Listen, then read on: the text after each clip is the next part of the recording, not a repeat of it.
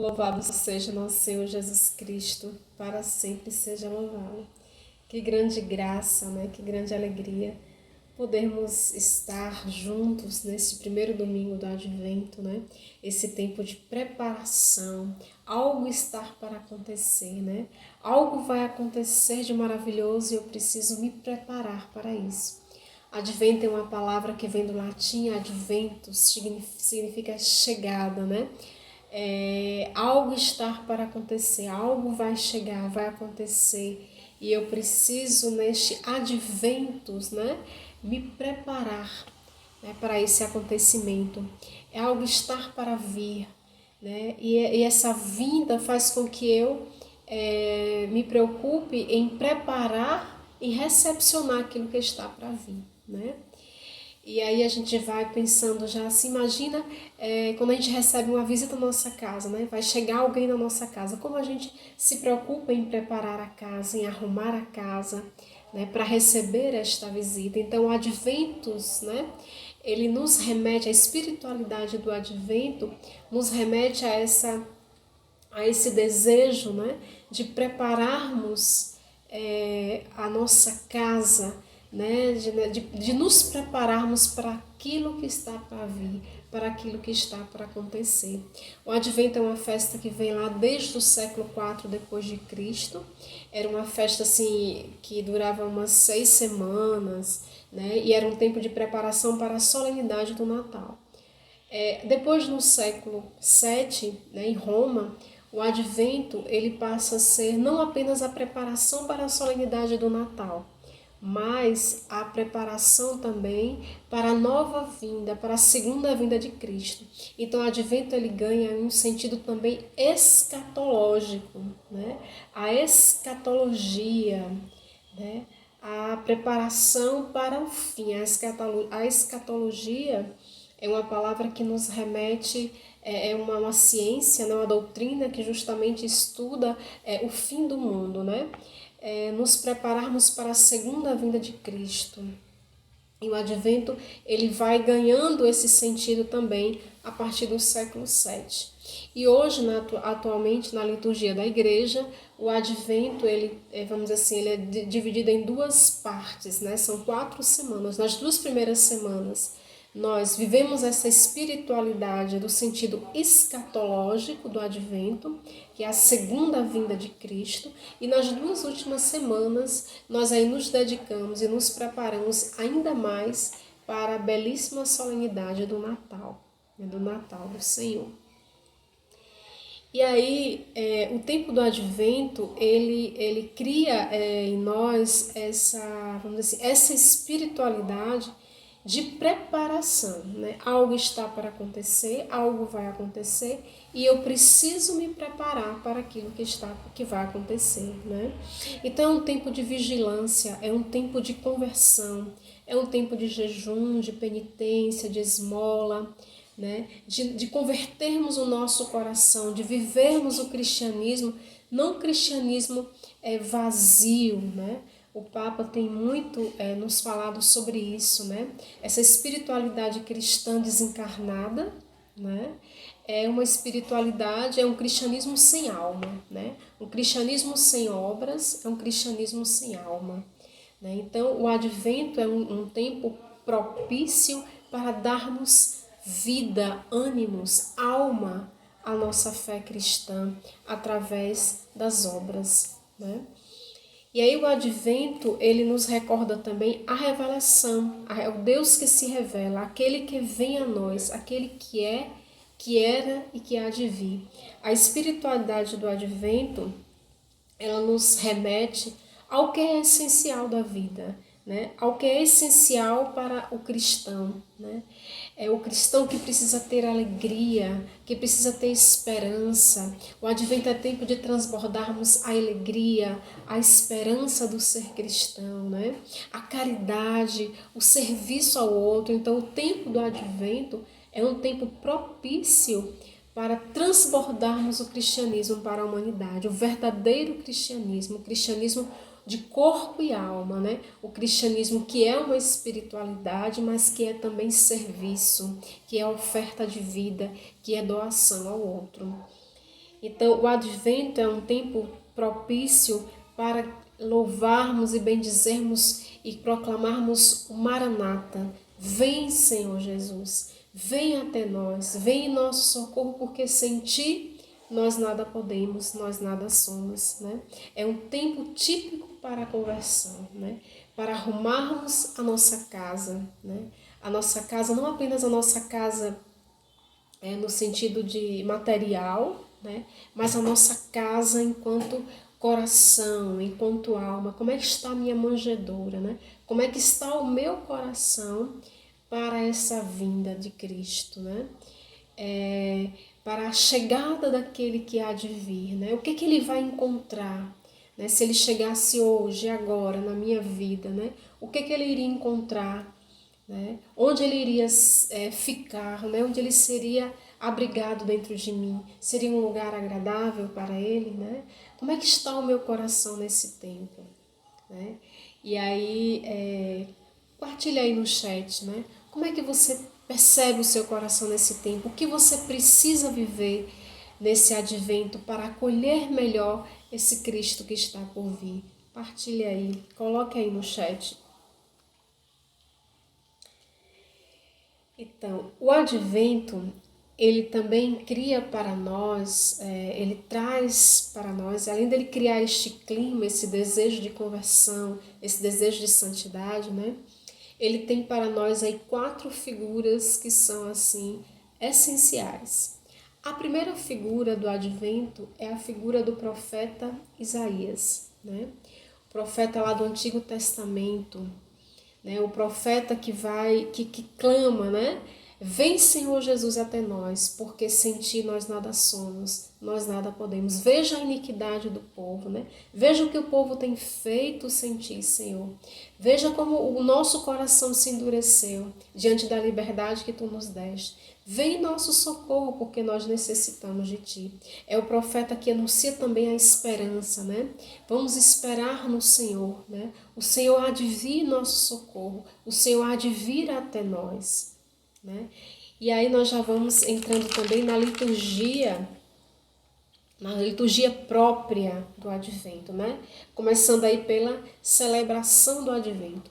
O Advento é um tempo onde a igreja, vamos dizer assim, nós não cantamos o Glória, né? Há toda uma sobriedade. Por quê? Porque toda a alegria, a explosão, todo o ânimo da igreja será no Natal, na noite de Natal. Então nós nos preparamos, nos guardamos para a noite de Natal. Então a celebração eucarística nós não cantamos o Glória. Nós usamos na liturgia a cor roxa, né, que simboliza esse tempo de purificação, de preparação, né? E aí a cor roxa como sinal de conversão, de preparação, né? E com exceção do terceiro advento, que na igreja nós usamos o rosel, né? Que é o chamado Domingo da Alegria, o Gaudete, né? No terceiro domingo do advento, como já se aproxima o Natal e nós celebramos justamente o Natal está próximo. Então, como o Natal está próximo, então a igreja ela veste o rosel, lembrando esta alegria, porque o Natal tem apenas mais uma semana para o Natal chegar. Então, por isso que na terceira semana se usa o rosel, né? O rosel. E aí nós temos assim um grande símbolo, né, do advento, da liturgia, é a coroa do advento. A coroa do advento, que ela deve ser um círculo, né, formada por um círculo, onde nós temos ali galhos verdes, esse círculo que simboliza a eternidade, né? O verde que vai simbolizando aí a esperança, né? A esperança por um novo tempo, a esperança que o Cristo traz para nós. As 3 velas roxas e uma rosa, né? Que vai simbolizando aí as 4 semanas de preparação para o Natal do Senhor, para a vinda do Senhor, né? A chama, o fogo, né, que simboliza aí a vinda de Cristo, a luz que vem ao mundo.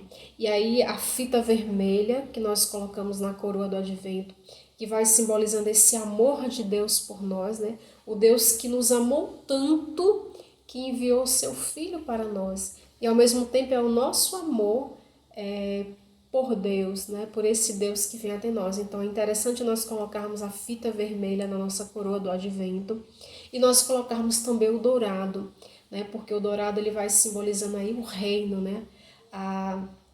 O reino da glória, o Senhor que é rei, aquele rei que vem ao mundo. Então o ouro como sendo assim esse metal precioso que simboliza o reino dos céus, o rei, né? O rei divino que vem até nós.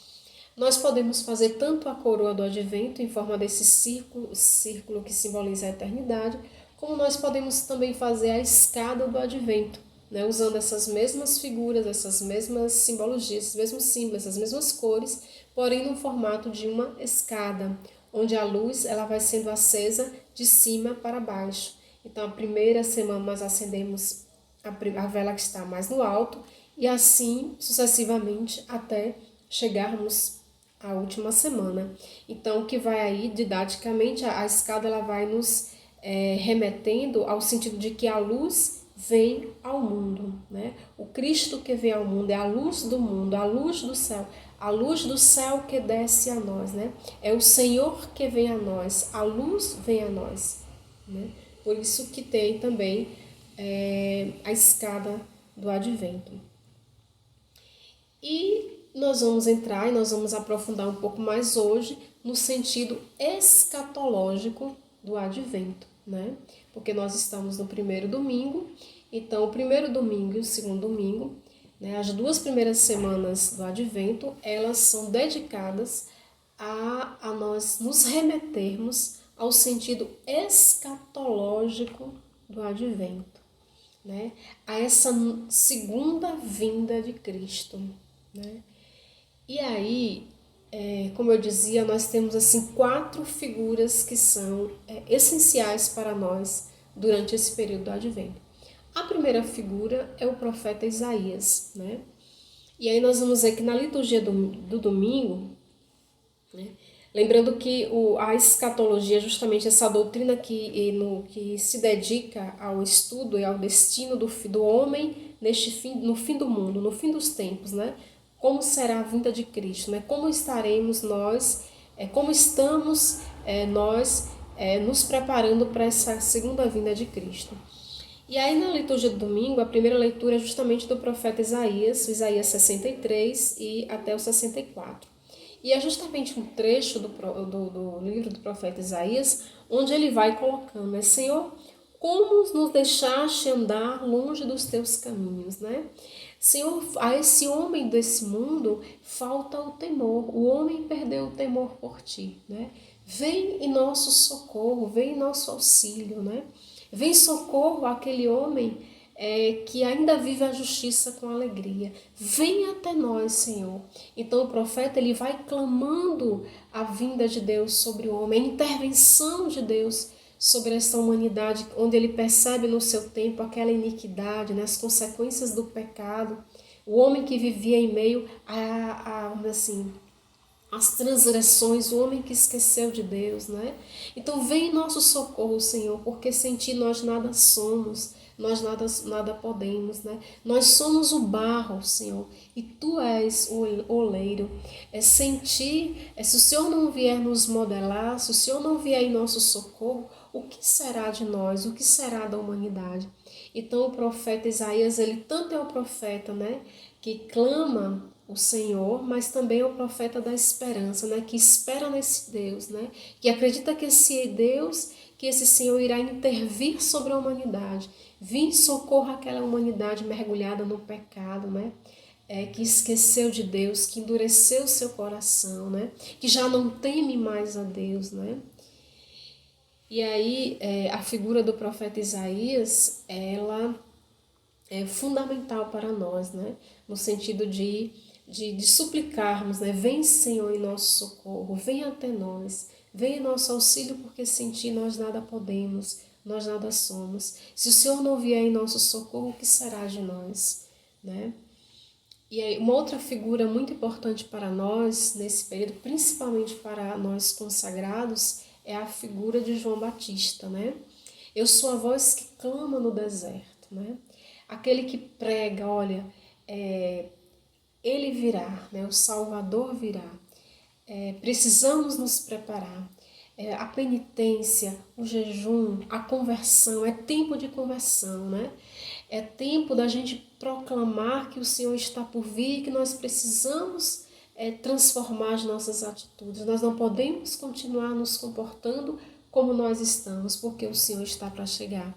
Então a figura de João Batista, ela é muito cara para nós, no sentido da evangelização, no sentido de pregarmos essa segunda vinda de Cristo, né? De convocarmos as pessoas, né? Para esta conversão, para esta purificação, para as pessoas abandonarem a vida do pecado e seguirem o caminho correto. Uma outra figura muito importante para nós no Advento é a Virgem Maria, né? O sacrário vivo, né? Aquela que carrega a santidade em si. Como é importante para nós, enquanto consagrados, transbordarmos essa santidade para o mundo, né? Levarmos o Cristo para onde formos, né? Para essa humanidade que sofre, para a humanidade que geme e sofre, né? Que clama por um Salvador, que clama por salvação, né? Então, como é importante para nós sermos, vamos dizer assim, como Nossa Senhora, esse testemunho de santidade, este testemunho do Cristo que habita em nós, né? Como é importante para nós transbordarmos para as pessoas esse Cristo que habita em nós, né? De sermos sacrários vivos para aquele homem esvaziado de fé, esvaziado de Cristo. E uma outra figura muito cara para nós no Advento é a figura de São José, né? Aquele que preparou o lugar na sua simplicidade, na sua humildade, na sua verdade, né? Deu o melhor de si para o Senhor, né? Lutou para que o Senhor encontrasse um lugar digno para habitar, para estar, né? Aquele homem simples, aquele homem na sua simplicidade, na sua pobreza, mas deu tudo de si, né? Fez o possível para dar à Virgem Maria um local, né? Para dar ao Senhor um local digno para que ele nascesse. Então, assim, essa figura, né, desse cuidado com a família, esse cuidado com o outro, esse cuidado com a Virgem Maria, né, de São José, como é importante para nós essa figura de São José nesse tempo de Advento, né? E aí, voltando à liturgia do domingo, nós vamos ver que a primeira leitura é justamente do profeta Isaías, que é esse clamor, né? Esse clamor, vem, Senhor, até nós, né? Vem até nós porque sem ti nós nada podemos, nós nada somos, porque nós somos barro, né? E se o Senhor não vier em nosso socorro, se o Senhor não nos modelar, como o oleiro faz com barro, né? O que será de nós, mergulhados na iniquidade e no pecado e nas fraquezas? Perdemos o temor de ti, né? O homem já não tem mais um coração dócil. Vem em nosso socorro. E o profeta aí clama a intervenção de Deus sobre a humanidade. E o Salmo 72, o Salmo do domingo, ele também vai nesse sentido, né? De iluminai o refrão. Iluminai a vossa face sobre nós. Convertei-nos para que sejamos salvos. Ou seja, iluminai a vossa face, né? Se o Senhor não vier até nós, né? Se o Senhor não for luz para nós, o homem está mergulhado em trevas, né? Se não houver a graça, né? A graça que vem até nós, né? Que vem em nosso socorro, que nos converte, né? O que será de nós, né? Então vem até nós, Senhor, ilumina os nossos caminhos, né? Se mostra para nós, seja luz para nós, né? Iluminai a vossa face sobre nós, né? Olha para nós, Senhor, para que nós possamos assim nos converter e sermos salvos por ti. Então, aí é interessante no Salmo porque a gente vai vendo, né? A salvação pela graça, né? E aí é interessante porque, por exemplo, você tem uma heresia, o pelagianismo, né, que vai falar que foi uma heresia lá do século III depois de Cristo, né? E aí no pelagianismo, o pelagianismo ele nega a graça, né? Ele vai dizer que o homem se salva pelas boas obras, né? O homem basta ele querer se salvar e aí ele muda de comportamento, ele se converte e ele por si mesmo tem a capacidade de se salvar, né? Há exemplos de religiões até hoje que vão dizer isso, né? Pratique o bem, faça boas obras e aí você vai ter uma vida melhor, você vai reencarnar numa vida mais perfeita porque você fez o bem nessa vida. Né? Quem está, por exemplo, sofrendo nessa vida hoje é porque está se purificando da vida passada. Então, tem doutrinas que seguem essa linha, né? De que pelas boas obras, por si mesmo, o homem pode, pelo seu esforço, ir se salvando, né? E se purificando e se tornando melhor e ganhando a sua salvação. Você vai ter também doutrinas que vão dizer, crê e será salvo, né? Tu e tua família. Então, basta você crer e aí você, pela graça, já é salvo. A nossa igreja, o homem se salva pela graça, né? É pela graça que nós somos salvos, verdadeiramente, né? Se não for a graça de Deus, se o Senhor não vier em nosso socorro, se o Senhor não vier em nosso auxílio, que somos nós, né? Porém, nós não vivemos uma espiritualidade desencarnada, né? Nós precisamos também transbordar essa graça através das nossas ações. Então, tanto as boas obras como a graça divina, elas em comunhão. Uma coisa está relacionada à outra. À medida que eu tenho uma espiritualidade, uma intimidade com Deus, né? À medida que eu trilho um caminho de conversão, eu também transbordo isso através das minhas ações, né? Através das minhas atitudes, através das obras, né? A fé sem obras é uma fé morta, né? Como eu disse no início, um cristianismo sem caridade é um cristianismo sem alma, né? O nosso Papa, ele deixa muito claro isso. E aí, na segunda leitura da liturgia do domingo, nós vamos ter aí 1 Coríntios, né? A primeira carta de São Paulo aos Coríntios, 3-9, onde Paulo vai dizer, olha, o Senhor já veio em nosso socorro, né? E a prova disso é Cristo. Em Cristo toda a graça já foi dada ao homem para se salvar, né? Em Cristo todos os dons de santificação, a palavra, a salvação, ela se encarnou, né? Se o homem segue Cristo, se o homem faz aquilo que Jesus ensinou, o homem vai trilhar o caminho da sua salvação, né? Porque em Cristo tudo foi revelado. Né? Através de Jesus, pela pessoa de Cristo, Deus revelou para nós todo o caminho da salvação. Né? Como o homem se salvar, como o homem encontrar a sua salvação. Né? Todo o conhecimento de Deus foi revelado através de Cristo. Né? A fidelidade de Deus se expressa, o socorro de Deus ao homem, a fidelidade de Deus para com o homem, se encarna na pessoa de Cristo. Cristo é o caminho, a verdade e a vida. O próprio Cristo disse isso. Então, em Cristo, né, aquele que segue a Cristo, aquele que faz aquilo que Jesus mandou, aquele que faz aquilo que Jesus nos ensinou, melhor dizendo, ele já está trilhando o caminho da sua salvação, né? Então, o Senhor, ele ouviu lá o profeta Isaías, né? O Senhor ouviu o clamor do seu povo e enviou Cristo. E é isso que a segunda leitura do domingo vai dizer para nós, né? Que em Cristo nós já encontramos todo, vamos dizer assim, toda a graça, todo o dom, né? Para sermos salvos, né? Para encontrarmos a salvação da humanidade, né? E aí o evangelho do domingo, né? Nós vamos ter aí o Senhor que nos conclama, né? Que nos convoca à vigilância, né? Ficai atentos, porque não sabeis quando chegará o momento. Vigiai, por quê? Porque não sabeis o dia ou a hora, né? Uma outra palavra que nós temos aí em Mateus 25:13, o evangelho de domingo é Marcos 13:33-37, né? Onde Jesus ele vai falando sobre essa necessidade da vigilância, né?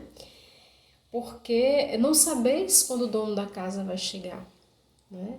Imagina que o dono da casa ele viajou e ele deixou a casa sobre os seus cuidados. Você é um servo e ele te entregou a casa para você cuidar. Como é que você tem cuidado da casa do Senhor? Né?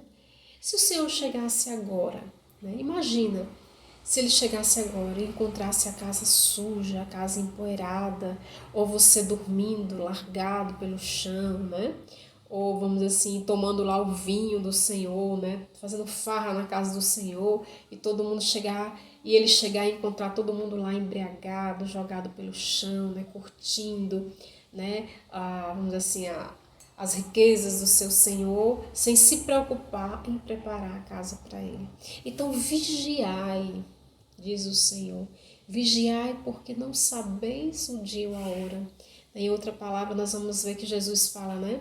É como um ladrão que chega sem avisar, né? E nós precisamos estar preparados para essa chegada, né? Para essa chegada desse Senhor que nós não sabemos o dia e a hora. E o que é vigiar? Partilha aí no chat o que é que você entende por vigiar.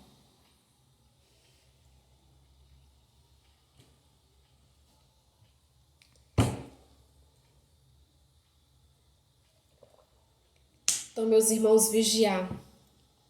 Vigiar é guardar, é cuidar, é zelar, é estar atento, né? Existe o vigia e existe o vigilante. O vigia é aquele profissional, né, que cuida do patrimônio. E o vigilante, ele tanto cuida do patrimônio como cuida das pessoas que estão naquele lugar pelo qual ele é responsável pela vigilância. Vigiar o quê? O que é que Jesus pede para nós vigiarmos? Que patrimônio e que pessoas são essas que o Senhor hoje clama a mim e a você para nós cuidarmos, vigiarmos, zelarmos? Né? Como tenho praticado a minha vigilância? Né? Se vigiar é cuidar do patrimônio e das pessoas, de que patrimônio o Senhor quer que nós cuidemos? Né? De que pessoas o Senhor quer que nós cuidemos? Né? Meus irmãos, quando o Senhor nos chama à vigilância, o Senhor nos chama a cuidarmos do essencial. E o que é o essencial? Eu acredito que esse ano tenha sido um ano assim muito propício para nós pensarmos e tocarmos no que é o essencial. Porque como Deus, de todo mal, Deus tira um bem, né? Eu acredito que esse tempo de pandemia tenha sido um tempo assim muito propício para nós nos questionarmos, né? Para nós percebermos o que realmente é essencial em nossa vida. De que patrimônio, de que pessoas hoje nós precisamos cuidar? Qual é o patrimônio maior que Deus deu ao homem? A vida, a natureza, o outro, o amor? O que é o essencial na vida de cada um de nós? Já paramos para pensar? Se não paramos, o advento é um tempo propício para nós pensarmos o patrimônio essencial que eu sou chamada a cuidar hoje. De quais pessoas, né? E interessante que a pandemia, ela nos colocou um tempo maior dentro de casa, né? E ali dentro de casa, sem podermos ir e vir para, né, comprar coisas, para resolver coisas, né? Nós ficamos, e naqueles dias em casa, quanto mais a gente ficava em casa, mais a gente ia percebendo, né? O que era essencial, né? O que era mais difícil abrir mão para nós, né? De estarmos juntos, de estarmos com o outro, né? Da alegria, do sorriso, de uma palavra amiga, né? De sermos a força. Como era bom, né? Como é bom, né? Estarmos juntos. Como é bom quando alguém ligava para nós para saber como nós estávamos, né? E aí nós fomos vendo também nesse tempo de pandemia coisas que são importantes também, né? A questão da comunicação, da ciência, das redes sociais, né? Que foram nos ajudando a, vamos dizer assim, as pessoas que tinham mais conforto de ter um carro se protegiam mais, de ter uma casa, né? E como nós fomos encontrando motivos para louvar a Deus, né? Por todas as graças que o Senhor teve, que o Senhor tem nos dado, né? E aí, né, quando eu rezava por vocês, né? O Senhor me lembrava muito, né? Do mesmo jeito que eu tive piedade por ti, né? Tu és também chamada a ter pelo outro, né? Porque tudo isso que nós temos, o conforto de ter uma casa, ou de ter um carro, de ter uma família, de estarmos juntos, de podermos nos comunicar, né? De termos o dinheiro, talvez, para comprar medicação, de ter medicina, né? Quantos motivos para louvar a Deus, porque Ele teve misericórdia de mim, né? E me proporcionou essas coisas, né? E do mesmo jeito que Ele fez comigo, eu hoje me sinto chamada também a fazer pelo outro, né? Do mesmo jeito que eu tive piedade de ti, tem piedade também daqueles que nada têm, né? E a gente foi vendo, né, pessoas, ações, né, de pessoas ajudando, e aí na comunidade mesmo nós tivemos aí o projeto Amigo dos Pobres, uma inspiração, né, para vir em socorro àqueles que não tinham casa, né, que estavam nas ruas, né? E aí o nosso cristianismo vai ganhando alma, e a nossa fé vai ganhando obras, vai ganhando sentido, porque esse é o sentido da vida, né? O amar, o ofertar, o se doar, o estar na presença do outro, né? Ser socorro para o outro, ser auxílio para o outro. E como o advento deve ser um tempo propício para pensarmos no outro, para agirmos com relação ao outro, né? O que é que eu tenho feito da minha fé? O que é que eu tenho feito da minha vida, né? E aí eu fui colocando algumas questões assim para vocês, né? O que é que eu estou fazendo com a minha vida hoje, né? Se Cristo voltasse hoje, né? Quais as obras que eu teria para apresentar para Ele, né? Ou eu simplesmente peguei os dons que Ele me deu, os talentos que Ele me deu e eu enterrei e vivo uma vida só para mim, no meu mundinho, na minha casinha, né? No meu conforto e não estou nem aí, nem um pouco preocupada com a natureza, com a humanidade, com as pessoas que estão nas ruas, com as crianças, né? Com os idosos, com os doentes, com os presos, né? Eu tive fome e me deste de comer, tive sede e me deste de beber, estava nu e me vestiste, era preso e foste me visitar, né? E o Senhor ele vai deixando muito claro que essas obras de misericórdia, elas são fundamentais e essenciais para estarmos um dia com Ele, né? Para um dia morarmos no reino dos céus, na eternidade com Ele, né? Porque são essas obras, né? Quando a gente morre, a gente não leva nada, a única coisa que a gente vai levar é a nossa memória, né? A memória do quanto nós amamos ou deixamos de amar, né? É isso que vai pesar na nossa salvação, né? O quanto eu amei, né? O quanto que de obras de amor, o quanto de amor eu dei para a humanidade, para as pessoas que o Senhor me confiou, para este patrimônio essencial que é a vida humana, né? Que é a natureza, que são as pessoas, né? O quanto que eu amei, né? As graças e bênçãos que o Senhor foi me dando, né? Eu soube louvar e soube agradecer e retribuir a esse Senhor que me deu tantos bens, tantos dons, tantas graças, amando e servindo outras pessoas, como Ele também fez comigo, ao me dar uma casa, ao me dar um emprego, ao me dar uma família, ao me dar o conforto que hoje eu tenho, né? O que é que eu tenho feito para retribuir, né, a esse Senhor nas pessoas que nada têm, através, vamos dizer assim, da oferta de vida às pessoas que nada têm, né? O que eu estou fazendo para, vamos dizer assim, dominar o pecado que há em mim, o egoísmo, né? As transgressões, a iniquidade, né? As concupiscências da carne. O que é que eu tenho feito? O que é que eu tenho feito para viver a pobreza, a castidade, a obediência de Cristo? Como eu tenho vivido a minha fé, a minha esperança, a minha caridade. Eu tenho transbordado a alegria para as pessoas, eu tenho transbordado o cristianismo para as pessoas, né? Através das minhas obras, através das minhas ações. Eu tenho sido sinal de esperança para a humanidade, né? Eu tenho anunciado essa vinda de Cristo, né? Porque a vinda de Cristo ela acontecerá, né? E os nossos irmãos evangélicos, eles costumam muito falar sobre isso, né? E muitas vezes até existe até às vezes um tom um pouco de assombro, né? De ameaça. Olha, se converte porque Cristo está para voltar, né? E se você não se converter, você não é salvo, né? Mas o que eu tenho feito né? Para as pessoas acreditarem nessa verdade, né? De que Cristo pode voltar hoje para mim, para você.